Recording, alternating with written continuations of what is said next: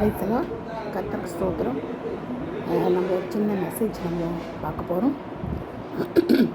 சங்கீதம் 95:8 வசனத்திற்கு செவி கொடுக்கணும்.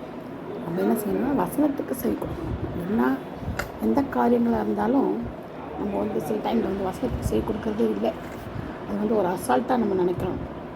வசனம் தானே, படிச்சுட்டா போதும், வேறு எதுவும் தேவையில்லை, படித்தா போதும் அப்படின்னு நினைக்கிறோம். ஆனால் அப்படி இல்லை. படிக்கணும், அதன்படி என்ன செய்யணும், நடக்கணும், தியானித்து அதன்படி நடக்கணும். வசனத்துக்கு நம்ம என்ன செய்யணும், செவி கொடுத்து அதன்படி நடக்கணும். சிலர் நினைப்பாங்க, வசனத்தை நம்ம படிக்கலைன்னா கூட பரவாயில்ல, சும்மா அப்படியே வாசிட்டு ஓடிடலாம், ஈஸியாக நம்மளுக்கு இருக்கும் அப்படின்னு நினைப்பாங்க. வசனம் அவ்வளோ ஈஸி இல்லைங்க. அபியாசப்படுத்தணும். நம்ம வாழ்க்கையில் ரொம்ப முக்கியமாக அபியாசப்படுத்தணும். எப்படின்னா, இன்று அவருடைய சத்தத்தை வனாந்தரத்தில் கேட்பிலாகி, வனாந்தரத்தில் கோபமூட்டின போதும் சோதனை நாளிலும் நடந்தது போல உங்கள் இருதயத்தை கடினப்படுத்தாதிருந்தேன்னு சொல்லப்பட்டிருக்குது. சரிங்களா? 95 அவர் என்ன சொன்னால், இருதயத்தை கடினப்படுத்தக்கூடாது. சிலர் வசனத்தை கேட்டால் கூட என்ன செய்வாங்கன்னா, இருதயத்தை கடினமாக வச்சுக்கணும். அந்த இருக்கும் பாருங்களேன், படக்கூடாதுன்னு இருக்கும் வச்சுக்கோங்களேன். கோவப்படாத யார் இருக்காங்க, எல்லாம் கோவப்படாமல் செய்கிறாங்க அப்படின்னு நினைப்போம். அப்படி இல்லைங்க, கோவப்படக்கூடாது. என்ன, சூரிய அஸ்தமிக்கிறதுக்குள்ளே கோவம் தண்ணியை கடவுதுன்றாரு. அதுக்குள்ளே நம்ம கோவம் தணிஞ்சிடணும். ஏன்னா அவர் நம்முடைய தேவன். 7ஆம் வசனம் பற்றி அவர் நம்முடைய தேவன், நாம் அவர் நீச்சலின் ஜனங்களும் அவர் கைக்குள்ளான ஆடுகளும் போடப்பட்டிருக்குது. 95:7. அப்போ நம்ம யார்? அவர் நீச்சலின் ஜனங்களும் அவர் கைக்குள்ளான ஆடுகள். அவர் கைக்குள்ளான ஆடுகள் நம்ம யார்? ஆடுகள். நம்ம ஆடுகள் மேய்ப்பன் சத்தத்துக்கு செவி கொடுக்குது இல்லையா? அதனால நம்ம என்ன செய்யணும், அவருடைய ஆடுகள் போல் நம்ம என்ன செய்யணும், அவர் பின்னாடியே போகணும், சத்தத்துக்கு செவி கொடுக்கணும். சத்தம்னா என்னதுன்னா வசனத்துக்கு என்ன செய்யணும், நம்ம செவி கொடுக்கணும். நம்ம உண்டாக்கின கர்த்தருக்கு முன்பாக நான் பணிந்து குனிந்து முழங்கால் படியிடுவோம் வாருங்கள்னு சொல்லப்பட்டிருக்குது. 6ஆவது வசனத்தில் முழங்கால் படியணும். பணிந்து குனிந்து முழங்கால் படியணும். பணிந்து குனிந்து யாருங்க பண்ணுறாங்க? பணியிறது யார்? குனிந்து யார்? பணிந்துன்னா என்னென்னா முழுசாக நம்மளை ஒப்பு கொடுக்கறது. பணிஞ்சு சாஸ்திராங்கமாக பணிஞ்சு. சில பார்த்திங்கன்னா கோயில்களில் பார்த்திங்கன்னா அப்படியே தொப்பக்காரம் விழுவாங்க, அப்படியே தரையில் விழுந்து நமஸ்காரம் பண்ணுவாங்க. அப்புறம் சிலர் தோப்பக்காரணம் போடுவாங்க. அதாவது பணிந்து, அப்புறம் குனிந்து தோப்பக்காரணம் போடுறது. இதெல்லாம் என்னது? குனிந்து போடணும். நம்ம என்ன செய்யணும்? பணிந்து குனிந்து முழங்கால் படிக்கணும். முழங்கால் படிக்கிற கடவுள்னு வேதம் சொல்லுது. நம்ம அப்படி இருக்கலாமா? வசனத்துக்கு கீழ்ப்படிஞ்சு நம்ம அப்படி நடக்கலாமா? பணிந்து குனிந்து முழங்கால் போடுறோமா? ஏன்னா அவர் நம்முடைய தேவன், நம்ம அவர் ஜனங்கள், நீச்சல் நாடுகள். நம்ம அவருடைய சத்தத்தை கேட்டால் அவர் கேட்கணும். அது மட்டும் இல்லாமல் வனாந்தரத்தில் கோபம் முட்டின போதும் சோதனை நாள் நடந்தது போலவும் இருதயத்தை கடினப்படுத்தவே கூடாது. இருதயம் கடினப்பட்டு போச்சுன்னா பாருங்கள், வாழ்க்கையே போயிடும். இருதயம் மட்டும் கடினப்படுது. ஆனால் தான் கடின இருதயத்தை விட்டு அந்த ஒரு சதியான இருதயத்தை கொடுக்குறாரு, கல்லான இருதயத்தை போட்டு சதியான இருதயத்தை கொடுக்குறாரு. இருதயம் ரொம்ப முக்கியமாங்க. ஆண்டவர் தான் இருதயத்தின் ஆழத்தை காண்கிறவர். அவர் ஒருத்தர் தான். இது யாராலையும் இருதயத்தின் ஆழத்தை பார்க்கவே முடியாது. யாராலையும் பார்க்க முடியாது. அவர் ஒருத்தர் தான் நம்முடைய இருதயத்தின் ஆழத்தில். அப்போ நம்ம என்ன நினைக்கிறோம், என்ன பண்ணுறோம், என்ன பேசுகிறோம், செய்கைகள் எல்லாமே மொத்தம் ஒன்றும் கிடையாது. அவர்கிட்ட ஒன்றுமே மறைக்க முடியாதுங்க. அப்படியே நம்ம முன்னாடி நிர்வாணமாக இருக்கிறோம். அவருடைய முன்னாடி நம்ம எப்படி இருக்கிறோம்? நிர்வாணிகளாக இருக்கிறோம். அதை நம்ம உணர்ந்துக்கிறோம். பாதாளத்தில் படுக்கை போட்டாலும் அங்கேயே ஆண்டவர் இருக்கிறாரு. எங்கே போனாலும் கது சாத்தி இருந்தாலும் அங்கேயும் ஆண்டவர் இருப்பார். ஏன்னா நம்ம இருதயத்தில் ஆண்டவர் இருக்கிறார். இருதயத்துக்குள்ளே ஆண்டவர் இருக்கிறார். நம்ம உடல் பொருள் ஆவி எல்லாமே அவர் தான். என்னாலன்ட்டு உங்களால் ஒன்று செய்யக்கூடாதுன்ற. அப்போ நம்ம யார்? அவருடைய பிள்ளை. நம்ம அவருக்கு உகந்தோடு நடக்கணும். வசனத்தை கை கொள்ளணும். வசனப்படி நடக்கணும். நம்ம ஆடுகளும் அவர் நீச்சலையும் நம்முடைய மெய்ப்பறவர், நம்ம மனவாட்டியாக சபையை கொண்டு போகிற இல்லையா? அப்போ நம்முடைய மனவாளன் யார்? இயேசு கிறிஸ்து தான் நம்முடைய மனவாளன். மனவாட்டி சபை, நம்ம தான் அது சபை. அப்போது மனவாளன் கிறிஸ்துக்குள்ளே நம்ம என்ன செய்யணும்? வசனங்களை மற்றவங்களுக்கு எடுத்து சொல்லணும். நம்ம மட்டும் படிச்சுட்டா போதாது. நம்ம மற்றவங்களுக்கு எடுத்து சொல்லணும். வசனம் வேர் ஆழத்தில் போகணும். அப்போ தான் அது என்ன செய்யும்? வேர் கொள்ளணும். இல்லைன்னா வழியர்கள் விதை போல் பாறை மேல் விதை போல் முள்ளருகில் விதை போல அதே செய்யும், போயிடும். நல்ல நிலத்தில் விழுந்த விதையாக நம்ம 60-100 பலன் கொடுக்கணும். எப்போ அது பலன் கொடுக்க முடியும்னா, ஆண்டுடைய வசனத்தை ஆழ்ந்து சிந்தித்து தியானம் பண்ணி நம்ம இதயத்தில் ஆழத்தில் இதை வச்சுக்கிட்டா தான் எல்லா டைமும் நம்மளுக்கு அந்த வசனம் உதவும். மனப்பாட வசனம் செஞ்சு நம்ம செஞ்சுக்கணும், சொல்லிக்கிற மனசுக்குள்ளவே. அப்புறம் வெளியில் மற்றவங்க கேட்கும்போது நம்ம சொல்லணும், டக்குன்னு சொல்லணும். வியாதிக்கு வசனங்கள் இருக்குது, எல்லாத்துக்கும் வசனம் தான். என் வசனம் இல்லாமல் வார்த்தை, அவர் வார்த்தையாக இருக்கிறார் அவர் இல்லையா, அவர் தான் வார்த்தை, அவர் தான் வசனம், எல்லாமே அவர் தான். அப்போ நம்ம அவர் மிஞ்சி ஒன்றுமே நம்மளால் செய்ய முடியாது. அதனால் நீங்களும் வார்த்தையில் ஆண்டோடைய வசனத்தை வச்சு நீங்கள் ஜெபிச்சு அதன்படி தியானித்து அதன்படி நடத்துறதுக்கு ஒப்பு கொடுங்க. இருதயத்தை கர்த்தருக்கு ஒப்பு கொடுங்க. கர்த்தர் தாமே இந்த வார்த்தைகளை ஆசீர்வதிப்பாராக. ஆமென். Praise the Lord. God bless you all. Praise the Lord. கர்த்தருக்கு ஸ்தோத்திரம் உண்டாவதாக. கர்த்தர் நாம புகழ்ச்சி அடைய ஒரு சிறு சாங் பாடுறோம். கல்வாரி அன்பை எண்ணிடும் வேலை கண்கள் கலங்கிடுதே, கர்த்தாவும் பாடுகள் இப்போதும் நினைத்தா நெஞ்சம் நெகிழ்ந்திடுதே. கல்வாரி அன்பை எண்ணிடும் வேலை கண்கள் கலங்கிடுதே, கர்த்தாவும் பாடுகள் எப்போதும் நினைத்தா நெஞ்சம் நெகிழ்ந்திடுதே. கெத்சமனே பூங்காவினில் கதறி அழும் ஓசை, கெத்சமனே பூங்காவினில் கதறி அழும் ஓசை, எத்தீசை உண்டு நீங்கினதே, எங்கள் மனம் தீகைக்கின்றதே, கண்கள் கலங்கிடுதே, கண்கள் கலங்கிடுதே. கல்வாரி அன்பை எண்ணிடும் வேலை கண்கள் கலங்கிடுதே, கர்த்தாவும் பாடுகள் இப்போது நினைத்தா நெஞ்சம் நெகிழ்ந்திடுதே. சிலுவையில் வாட்டி வதைத்தனரோ, உம்மை செந்நிறமாக்கினரோ, சிலுவையில் வாட்டி வதைத்தனரோ, உம்மை செந்நிறமாக்கினரோ, அப்போதும் அவர் வேண்டினீரோ, அன்போடு அவர்களை அழைத்தீரென்றோ, அப்பாவும் அன்பு பெரிதே, அப்பாவும் அன்பு பெரிதே.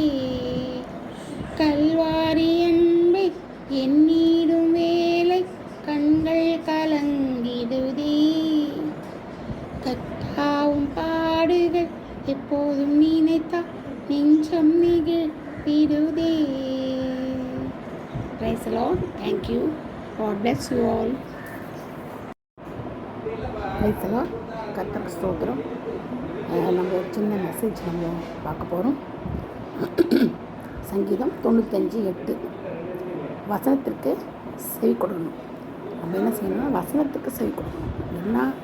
எந்த காரியங்களாக இருந்தாலும் நம்ம சில டைமில் வசனத்துக்கு செவி கொடுக்கறதே இல்லை. அது ஒரு அசால்ட்டாக நம்ம நினைக்கிறோம். வசனம் தானே, படிச்சுட்டா போதும், வேறு எதுவும் தேவையில்லை, படித்தா போதும் அப்படின்னு நினைக்கிறோம். ஆனால் அப்படி இல்லை. படிக்கணும், அதன்படி என்ன செய்யணும், நடக்கணும், தியானிக்கணும், தியானித்து அதன்படி நடக்கணும். வசனத்துக்கு நம்ம என்ன செய்யணும், செவி கொடுத்து அதன்படி நடக்கணும்.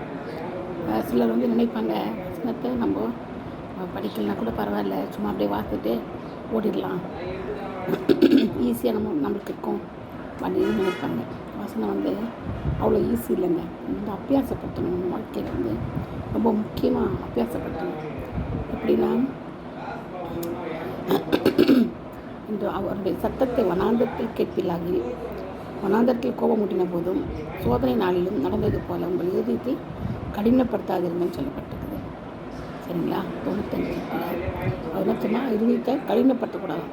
சிலர் வசனத்தை கேட்டால் கூட என்ன செய்வாங்கன்னா, இதயத்தை கடினமாக வச்சுக்கணும். அதில் இருக்கும் பாருங்களேன், படக்கூடாதுன்னு இருக்கும் வச்சுக்கோங்களேன். கோவப்படாது யார் இருக்காங்க, எல்லாம் கோவப்படாமல் செய்கிறாங்க. அப்படின்னு நினைப்போம். அப்படி இல்லைங்க, கோவப்படக்கூடாது. என்ன, சூரிய அஸ்தமிக்கிறதுக்குள்ளே கோவம் தண்ணியை கடவுதுன்றாரு. அதுக்குள்ளே நம்ம கோவம் தணிஞ்சிடணும். ஏன்னா அவர் நம்முடைய தேவன். 7ஆம் வசனம் பற்றி அவர் நம்முடைய தேவன், நாம் அவர் நீச்சலின் ஜனங்களும் அவர் கைக்குள்ளான ஆடுகளும் போடப்பட்டிருக்குது. 95:7. அப்போ நம்ம யார்? அவர் நீச்சலின் ஜனங்களும் அவர் கைக்குள்ளான ஆடுகள். அவர் கைக்குள்ளான ஆடுகள் நம்ம யார்? ஆடுகள். நம்ம ஆடுகள் வந்து மேய்ப்பதின் சத்தத்துக்கு செய் கொடுக்குது இல்லையா? அதனால நம்ம என்ன செய்யணும்? அவருடைய ஆடுகள் போல் நம்ம என்ன செய்யணும்? அவர் பின்னாடியே போகணும், சத்தத்துக்கு செய் கொடுக்கணும். சத்தம்னா என்னதுன்னா வசனம். வசனத்துக்கு என்ன செய்யணும்? நம்ம செவி கொடுக்கணும். நம்ம உண்டாக்கின கர்த்தருக்கு முன்பாக நான் பணிந்து குனிந்து முழங்கால் படியிடுவோம் வாருங்கள்னு சொல்லப்பட்டிருக்குது. 6ஆவது வசனத்தில் முழங்கால் படியணும். பணிந்து குனிந்து முழங்கால் படியணும். பணிந்து குனிந்து யாருங்க பார்க்குறாங்க? பணியது யாரு? குனிந்து யார்? பணிந்துன்னா என்னென்னா முழுசாக நம்மளை ஒப்பு கொடுக்குறது. பணிஞ்சு சாஷ்டாங்கமாக பணிஞ்சு. சில பார்த்திங்கன்னா கோயில்களில் பார்த்திங்கன்னா அப்படியே தொப்பக்காரன் விழுவாங்க, அப்படியே தரையில் விழுந்து நமஸ்காரம் பண்ணுவாங்க. அப்புறம் சிலர் வந்து தோப்பக்காரன் போடுவாங்க. அதாவது பணிந்து, அப்புறம் குனிந்து தோப்பக்காரன் போடுறது. இதெல்லாம் என்னது? குனிந்து போடணும். நம்ம என்ன செய்யணும்? பணிந்து குனிந்து முழங்கால் படிக்கணும். முழங்கால் படிக்கிற கடவுள்னு வேதம் சொல்லுது. நம்ம அப்படி இருக்கலாமா? வசனத்துக்கு கீழ்ப்படிஞ்சு நம்ம அப்படி நடக்கலாமா? பணிந்து குனிந்து முழங்கால் போடுறோமா? ஏன்னா அவர் நம்முடைய தேவன், நம்ம அவர் ஜனங்கள், மேய்ச்சல் நாடுகள். நம்ம இந்த அவருடைய சத்தத்தை கேட்டால் அவர் கேட்கணும். அது மட்டும் இல்லாமல் வனாந்தரத்தில் கோபம் முட்டின போதும் சோதனையால் நடந்தது போலவும் இருதயத்தை கடினப்படுத்தவே கூடாது. இருதயம் கடினப்பட்டு போச்சுன்னா பாருங்கள், வாழ்க்கையே போயிடும். இருதயம் மட்டும் கடினப்படுது. ஆனால் தான் கடின இருதயத்தை விட்டு அந்த ஒரு சதியான இருதயத்தை கொடுக்குறாரு. கல்லான இருதயத்தை விட்டு போட்டுறாரு. போட்டு சதியான இருதயத்தை கொடுக்குறாரு. இருதயம் ரொம்ப முக்கியமாங்க. ஆண்டவர் தான் இருதயத்தின் ஆழத்தை காண்கிறவர். அவர் ஒருத்தர் தான். இது யாராலையும் இருதயத்தின் ஆழத்தை பார்க்கவே முடியாது.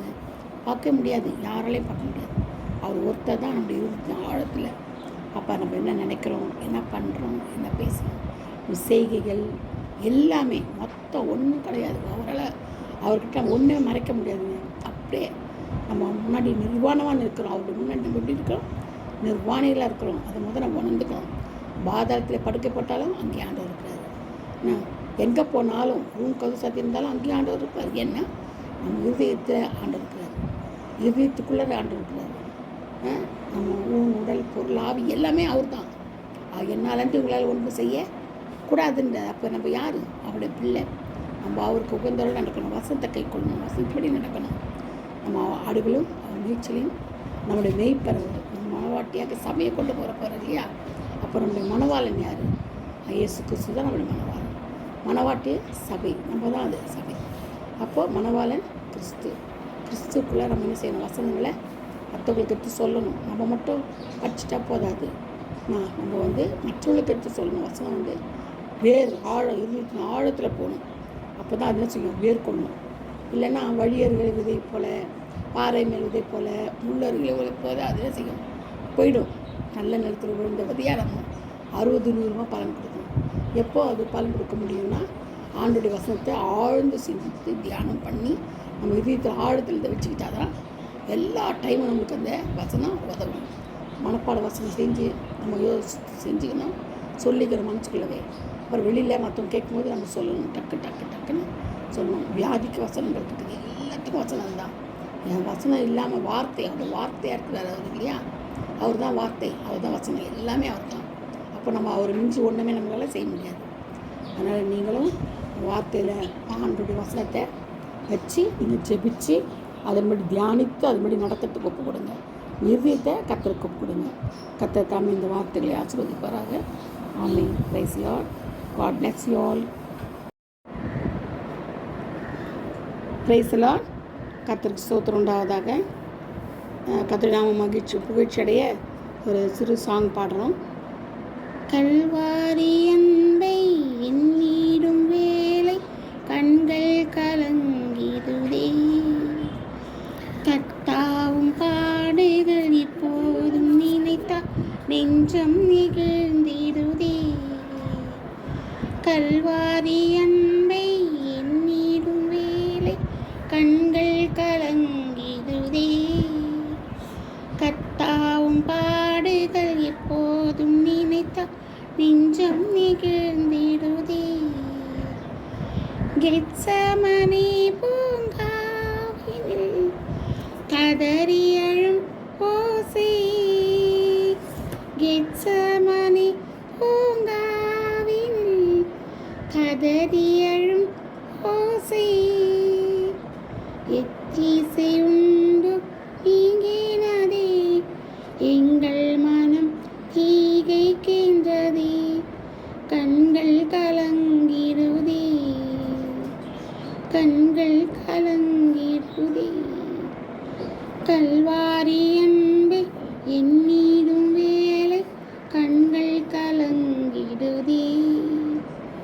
கத்தாவும் பாடுகள் இப்போது நினைத்தால் நெஞ்சம் நிகழ்ந்திடுதே. சிலுவையில் வாட்டி வதைத்தனரோ, உம்மை செந்நிறமாக்கினரோ. சிலுவையில் வாட்டி வதைத்தனரோ, உம்மை செந்நிறமாக்கினரோ. அப்போதும் அவர் வேண்டினீரோ, அன்போடு அவர்களை அழைத்தீரென்றோ. அப்பாவும் அன்பு பெரிதே, அப்பாவும் அன்பு பெரிதே.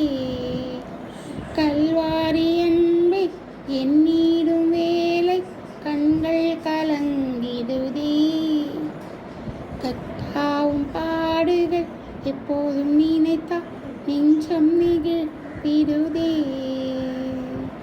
Praise the Lord. Thank you. God bless you all.